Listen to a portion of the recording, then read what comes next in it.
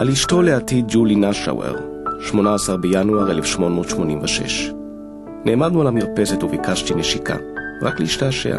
זאת הייתה נשיקה נפלאה, נשיקה מתוקה. שפתיה רכות, רעננות עם ריח מתוק. חזרתי לחדר נרגש, כמו מישהו שמאוהב. זה מדהים.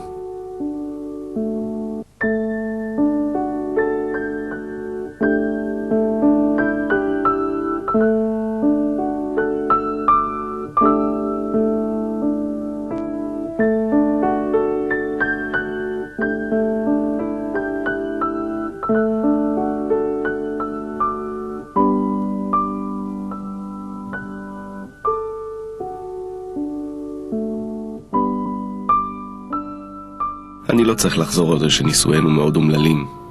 המשפחות שלנו משני הצדדים מתמודדות עם הריבים שלנו, אנשים בווינה מרחלים עלינו די מספיק. הם בטוח צוחקים עלינו שאנו עדיין ביחד למרות הכל, אבל רק בן אדם אחד חוץ ממני יכול להבין עד כמה אנחנו אומללים. וזאת את. אני תוהה מלא עצב ומרירות לגבי הסיבה שנישואי האהבה שלנו הפכו לקשים כל כך.